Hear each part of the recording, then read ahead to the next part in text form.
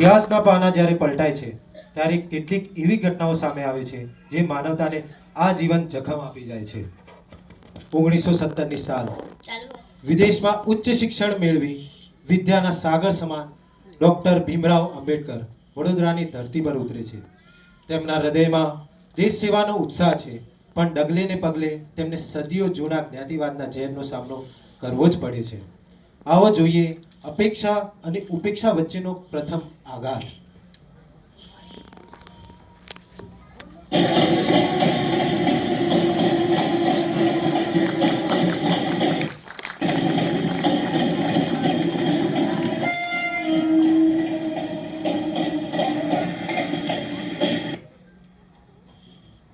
અરે મારી ટ્રેન તો સમયસર આવી ગઈ, પણ મહારાજા ગાયકવાડે કયા મુજબ મને રાજ્ય તરફથી ગાડી કે માણસ કેમ લેવા નથી આવ્યો?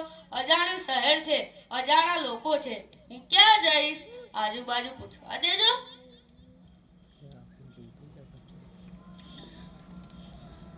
ઉભા રહો ભાઈ. જી બોલો. નમસ્તે, હું મુંબઈથી આવ્યો છું. વડોદરા શહેરમાં મારી નિમણૂક થઈ છે. શું મને રાજ્ય તરફથી ગાડી કે માણસ લેવા આવ્યો છે? ઓહો સાહેબ, તમે તો સૂટ બૂટમાં છો, વિદેશથી આવ્યા હોય એવું લાગે છે, પરંતુ કોઈ ગાડી યા માણસ લેવા આવ્યું નથી. રાજો આવતું જ હશે. સમય વીતે છે, કર્મચારી જાય છે અને ભીમરાવ ઉદાસ ચહેરે બેન્ચ પર બેસી જાય છે. ના, હજુ મોડું નથી થયું. કડવું સત્ય તો એ જ છે કે મને કોઈ લેવા જ માંગતું નથી. મારી લંડન અને અમેરિકાની ડિગ્રીઓ પણ મારી જ્ઞાતિને ભૂસી શકી નહીં. આવા અછૂત અધિકારીને કોઈ ઊંચી જાતવાળો વ્યક્તિ સ્વાગત કરવા જ નહીં માંગતું હોય. આ રસ્તો મારે જાતે જ શોધવો પડશે. આ સફર મારે જાતે જ કરવું પડશે.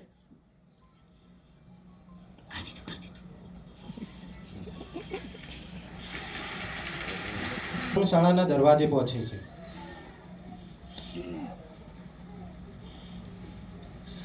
નમસ્તે ભાઈ, મને રહેવા માટે રૂમ જોઈએ છે. હું ભાડું ચૂકવવા તૈયાર છું. તમારું નામ શું છે?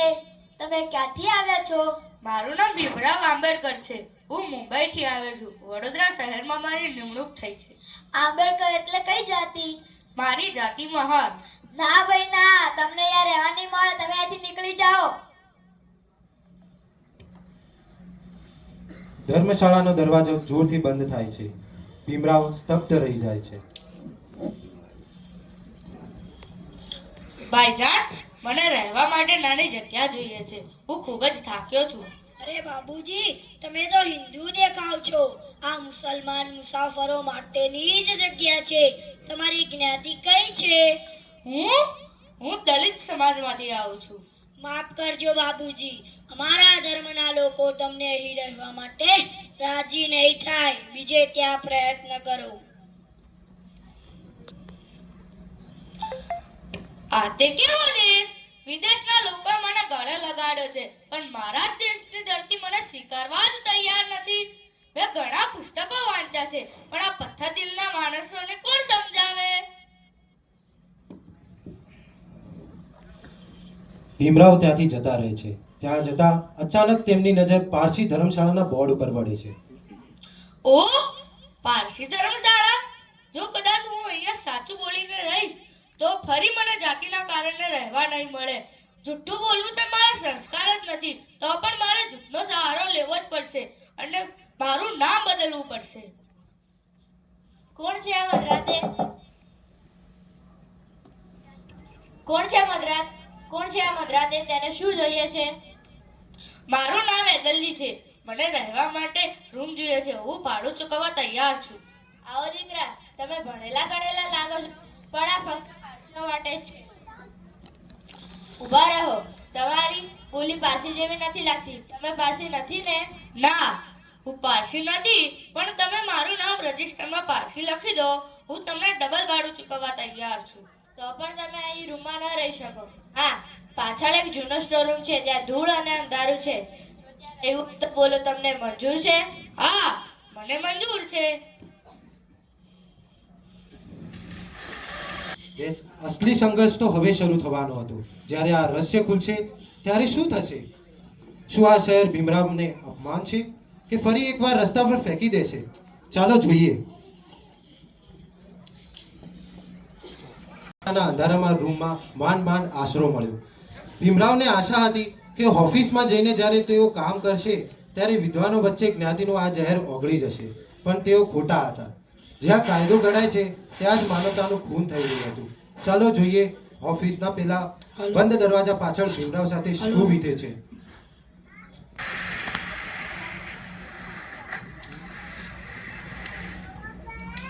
ભાઈ, મને ફાઇલ આપશો? અરે ભાઈ, તમે આ ફાઇલ કેમ છૂટી બેગો છો? હાથમાં સારી રીતે આપી શકતા નથી? જુઓ સાહેબ, તમે ભલે વિદેશથી ભણી ગણીને આવ્યા હોય, ભલે રાજાના ઘાસ હોય, પરંતુ મારી જાતિ સામે તમારી જાતિનું કોઈ જ મૂલ્ય નથી. જો હું તમને હાથોહાથ ફાઇલ આપીશ તો હું અભડાઈ જઈશ. સારું ભાઈ, મને થોડું પાણી આપશો? મને તરસ લાગી છે. સાહેબ, આ માટલું અમારા ઓફિસના ઉચ્ચ જાતિવાળા લોકો માટે જ છે, તમારા જેવા અછૂતો માટે નથી. જો તમારે પાણી પીવું હોય તો બહાર જઈને પી આવો. તેઓ અંદર ગણગણાટ કરે છે.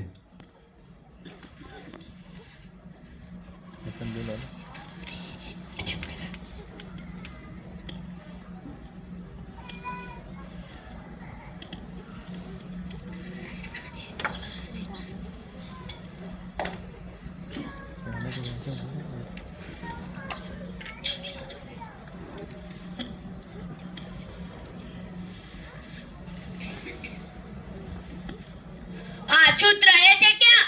અછૂત જ્યાં રહે છે તેનું સ્તર સુધી એને પરેશાન કરાયથી બહાર કાઢવું પડશે. એક અછૂત આપણો અધિકારી કેવી રીતે હોઈ શકે? આપણે ભેગા મળીને અછૂત જ્યાં રહે છે તે સ્તર શોધીએ. આવા અછૂતોની આપણી ઓફિસમાં કોઈ જરૂર નથી. હા નથી.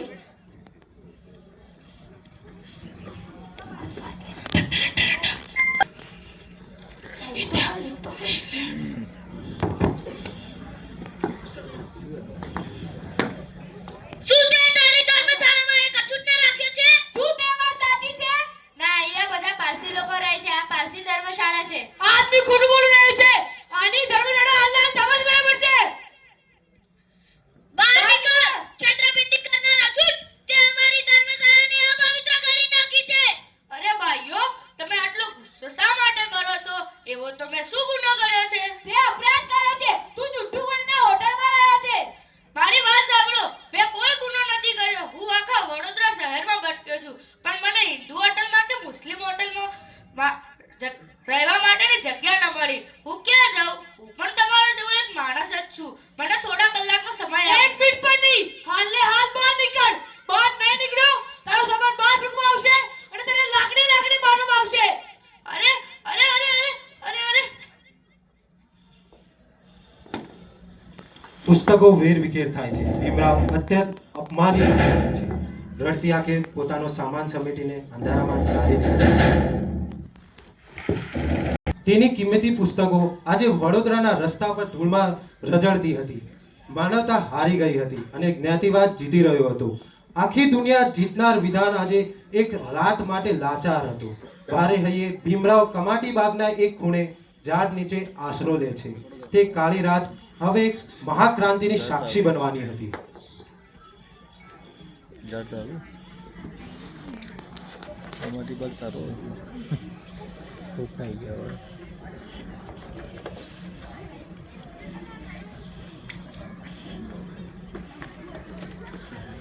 ધીમે ધીમે આછો પ્રકાશ ફેલાય છે, જે સૂર્યોદયનો સંકેત છે.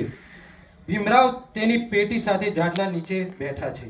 આસપાસ તેમના પુસ્તકો વેરવિખેર પડ્યા છે. એકલા બેસીને ઢુસકે રડી રહ્યા છે. હે કુદરત, આ તે કેવી વ્યવસ્થા! પશુ પક્ષીઓને રહેવા માટે માળો છે. કૂતરા બિલાડા ઘરમાં આરામથી ફરી શકે છે, પણ એક ભણેલા અને ગણેલા માણસને માત્ર જન્મના કારણે જ છત ઢાંકવાની પણ છત નથી. ધીમે ધીમે રડવાનો અવાજ શાંત થાય છે. ભીમરાવ ઊભા થાય છે. તેઓ પોતાના આંસુ લૂછે છે. તેમની આંખોમાં હવે લાચારી નથી, પણ એક ક્રાંતિની જ્વાળા છે. સ્ટેજ પર સૂર્યોદય જેવો તેજસ્વી પ્રકાશ ફેલાય છે. ના, હું રડીને હાર નહીં માની શકું. વડોદરાની આ કાળી રાત અને કમાટી બાગના આ વૃક્ષનો હું સાક્ષી ગણીને હું ભીમરાવ રામજી શ્રી આંબેડકર એક ભીષ્મ પ્રતિજ્ઞા લઉં છું કે આજનું અપમાન હું વ્યર્થ નહીં જવા દઉં. આ દેશના કરોડો વંચિતો, શોષિતો અને પીડિતો જે આજે નર્ક ભોગવી રહ્યા છે તેમને હું ગુલામીમાંથી બહાર લાવીશ. હું કલમની તાકાતથી લડીશ અને એવું બંધારણ ઘડીશ કે જેમાં બધા જ લોકો સમાન હોય. ભીમરાવ હવે મક્કમતાથી આગળ વધે છે. હું વડોદરાથી આજે મુંબઈ જઈ રહ્યો છું, પણ એક સંકલ્પ લઉં છું કે હું જે સમાજમાં જન્મ્યો છું તે શોષિત, પીડિત અને અછૂત સમાજ ઉપરની વ્યવસ્થાને નાબૂદ કરવામાં જો હું નિષ્ફળ જઈશ તો બંદૂકની ગોળી વડે મારી જાતને ખતમ કરી દઈશ, પણ અન્ય વ્યવસ્થાને જીવતી નહીં છોડું. આ મારો સંકલ્પ છે, આ ભીમનો સંકલ્પ છે.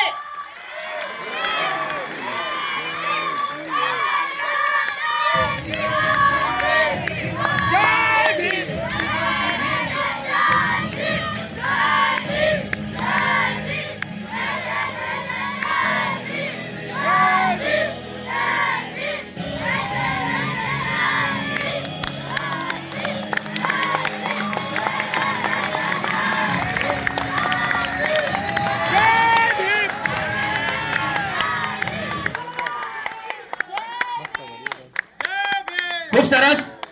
આખા ગ્રુપ માટે તાળીઓ થઈ જાય જોરદાર. આ બધા આપણા કોઈ પ્રોફેશનલ નથી, એમને તૈયાર કરવામાં આ પ્રોફેસર અવની મેડમનો ફાળો છે. એ પોતે બીએડ કોલેજમાં પ્રોફેસર છે મેડમ, અહીંયા આપણે વિદ્યા મંદિરમાં. એમણે આ બાળકોને તૈયાર કર્યા છે. પણ ખાસ તો એ લોકો માટે તાળીઓ થઈ જાય કે જેમને પોતાના બાળકોને આના માટે તૈયાર કર્યા છે. એ વાલીઓને, માતેશ્વરી બંગલોજમાં રહેતા તમામ વાલીઓ, એ માતા પિતા, એના માટે જોરદાર તાળીઓ થઈ જાય. અહીંયા જે બેક સાઈડમાં જે કરતો હતો છોકરો, અહીંયા શુભમ, અહીંયા આગળ આવી જાય. એ મારો છોકરો છે, નાનો ભાઈ. અને જે સ્ક્રિપ્ટ રાઇટર છે એ દિલીપભાઈ બોજ છે. પણ એના અંદર જો કે શરૂઆતમાં મેં એક જ દિવસ માટે, પછી મેડમ અચાનક બાય લક મળી ગયા મને, અને પછી મેડમે બધી જવાબદારી ઉપાડી લીધી. માત્ર 4 જ દિવસમાં બાળકો આવું પરફોર્મ કરી શકે છે.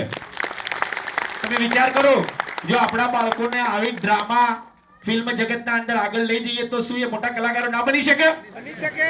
આપણે માત્ર નોકરી નહીં કરવાની, એના સિવાયના બીજી ઘણી બધી ઓપોર્ચ્યુનિટી છે. તો તમામ લોકોને ખૂબ ખૂબ સાધુવાદ. નમસ્કાર. આ જે નાટક આજે આયોજિત થયું છે એમાં તમે જોતા હશો કે બાળકો કેવા છે, હે ને? તમને કલ્પના પણ નહીં હોય કે આપણા બાળકો આટલું બધું કરી શકે છે. આજે તમે એનું રિઝલ્ટ પોતાની આંખોથી જોયું છે, અને જ્યારે માતા પિતા જુએ છે ને તો એનાથી વધારે ખુશી કોઈ હોય